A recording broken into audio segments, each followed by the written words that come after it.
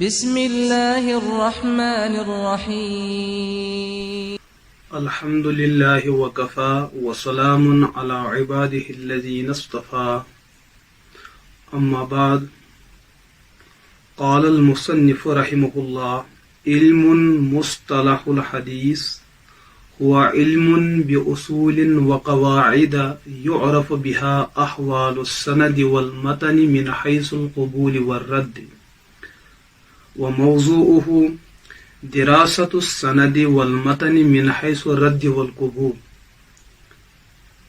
وثمرته وفائدته تمييز الصحيح والسقيم من الأحاديث. کل کے سبق میں اختصاراً اور اجمالاً آپ کے سامنے اس بات پر گفتگو کی گئی تھی کہ اصول حدیث اور مصطلحات حدیث کا فن کیسے معرض وجود میں آیا، کون سے اسباب اور کون سے عوامل وجہ ثابت ہوئے کہ جس کی وجہ سے محدثین یا اصولین نے احادیث مبارکہ کو پرکھنے کے لیے اصول حدیث کو ایک فن کی حیثیت سے مدون اور مرتب کیا۔ آج کے سبق میں آپ کے سامنے عرض کیا جائے گا کہ جیسے کہ مصنف علیہ رحمہ نے عنوان ہی قائم کیا تعریفات اولیہ، بنیادی تعریفات اور بنیادی مسائل۔ اصول حدیث کو سمجھنے کے لیے یہ چیز جاننا اور پہچاننا لازم اور ضروری ہے کہ اصول حدیث کس چیز کا نام ہے۔ تو فرماتے ہیں ایک ہوتا ہے حدیث اور ایک ہوتا ہے اصول حدیث، جیسے ایک ہے تفسیر اور اصول تفسیر، فقہ اور اصول فقہ، یا دیگر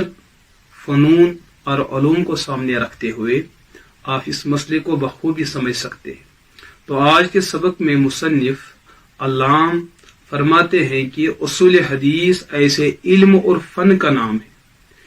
جس علم اور فن کے سہارے اور اس کے واسطے سے آپ حدیث کے اندر حدیث کی سند اور حدیث کے متن کو جان سکتے ہیں اور پہچان سکتے ہیں۔ مثلا پہلے آپ یہ سمجھ لیجئے کہ حدیث مجموعہ ہوتا ہے سند اور متن کا۔ مثلا آپ صحیح بخاری سے واقف ہیں، بخاری کی آخری حدیث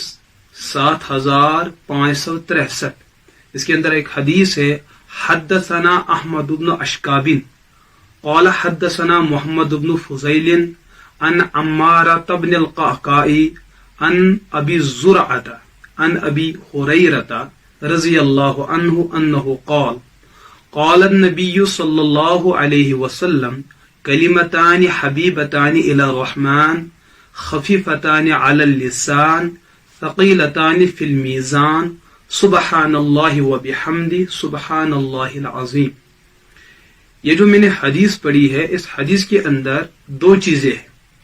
ایک ہے لفظ حدثنا احمد بن اشکاب سے لے کر ان ابی ہریرہ تک، یہ جتنے سارے افراد ہیں یہ اشخاص کے نام ہیں،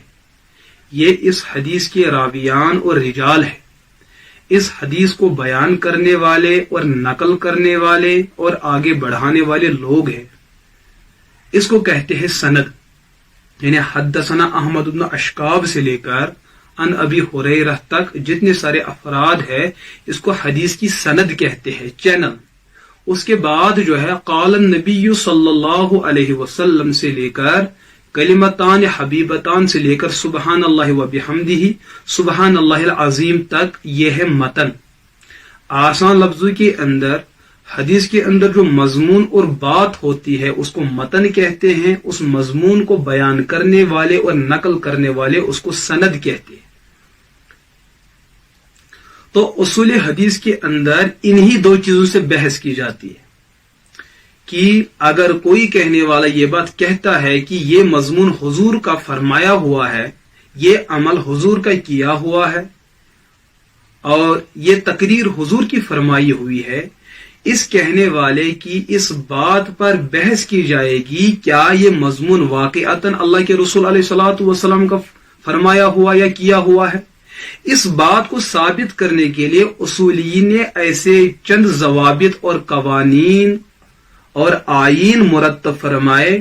جن کے سہارے سے ایک مسلمان اور ایک انسان بآسانی اس چیز میں امتیاز کر سکتا ہے کہ کہی ہوئی بات ایک عام انسان کی بات ہے یا اللہ کے رسول علیہ الصلوۃ والسلام کی بات. یہ کیا ہوا کام اور عمل اور فعل کیا یہ حضور کا ہو سکتا ہے یا نہیں؟ یہ جو تقریر ہے، یہ جو موضوع ہے، یہ جو تحریر ہے، آیا یہ حضور کی عمل ان کے کردار سے متعلق ہو سکتی ہے، ثابت ہو سکتی ہے؟ ان چیزوں کو ثابت کرنے کے لیے اصولیین نے چند اصول کو مرتب کیا جس سے آپ سمجھ سکتے ہیں کہ یہ حدیث رسول ہے اور یہ حدیث رسول نہیں ہے. تو یہی فرماتے ہیں کہ اصول حدیث نام ہے ایسے علم، ایسے قوانین اور ایسے آئین اور دفعات کا جن آئین اور دفعات کے ذریعے سے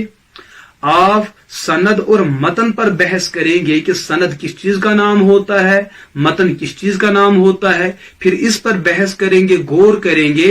آیا یہ سند ثابت شدہ ہے، اس سند کے اندر کوئی دھوخے باز اور فریبی انسان تو نہیں ہے، سچا کون ہے اور جھوٹا کون ہے. اس سند کے اندر جو رجال اور افراد ہیں ان کی ولادت و وفات، ان کی پوری زندگی بایوگرافی، ان کی لائف ہسٹری، ان کے اخلاق و کردار، ان کا شب و روز، پوری زندگی کی بحث کی جاتی ہے ان رجال پر اور ان افراد پر جس کو ہم سند کہتے ہیں. اس کے بعد جب ان رجال پر بحث ہوتی ہے کیا یہ قابل قبول ہے کہ نہیں، یہ جو بات نقل کرتے ہیں اس کے اندر کوئی خیانت تو نہیں ہے،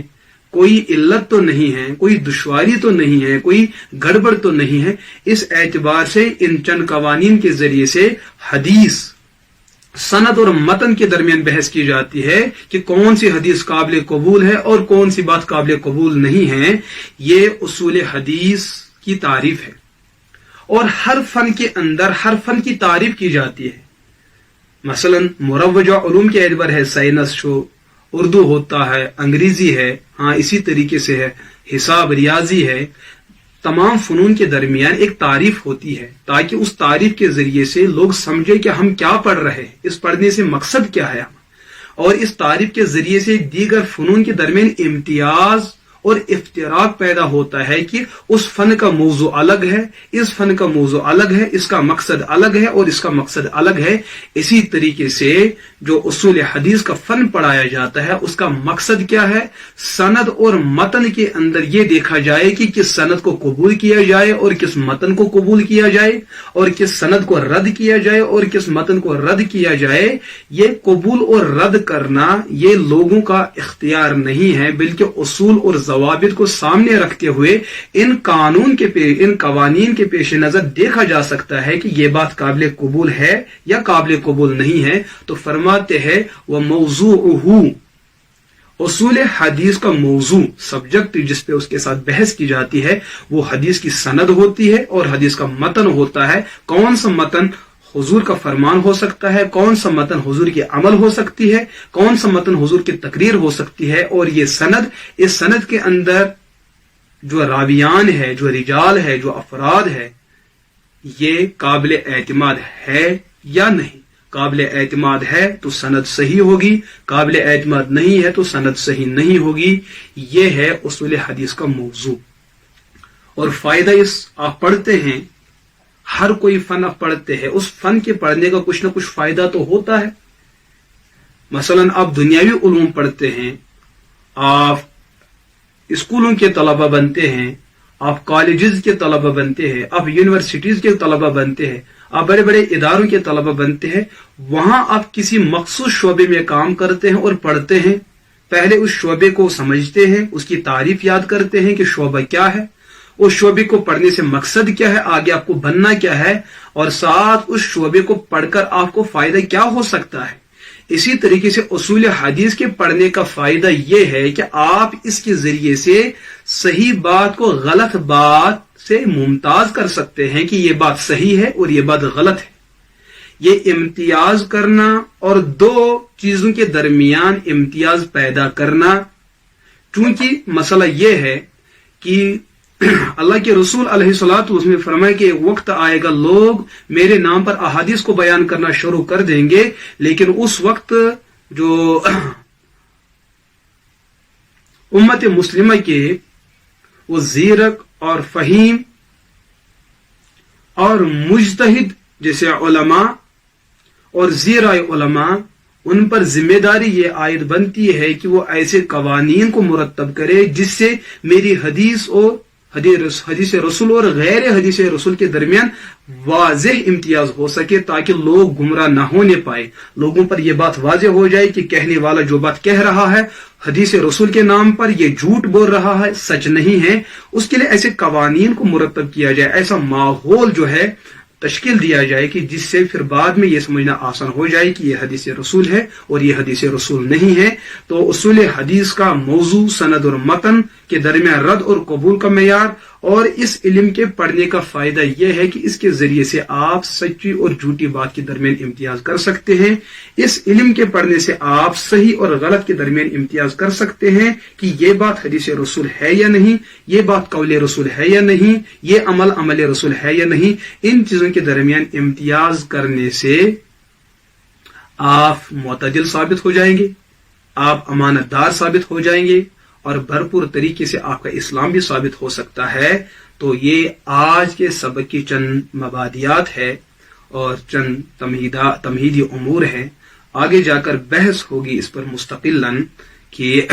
اصول حدیث کو جو پڑھانے کا مقصد ہے کہ سند اور متن کے درمیان بحث کرنا، آئندہ اسباق میں سند کی بحث چلے گی، متن کی بحث چلے گی، رجال کی بحث چلے گی، مضمون کی بحث چلے گی۔ اللہ ہم سب کو یہ فن بھرپور طریقے سے سمجھنے کی توفیق عطا فرمائے، اور امت مسلمہ کو اس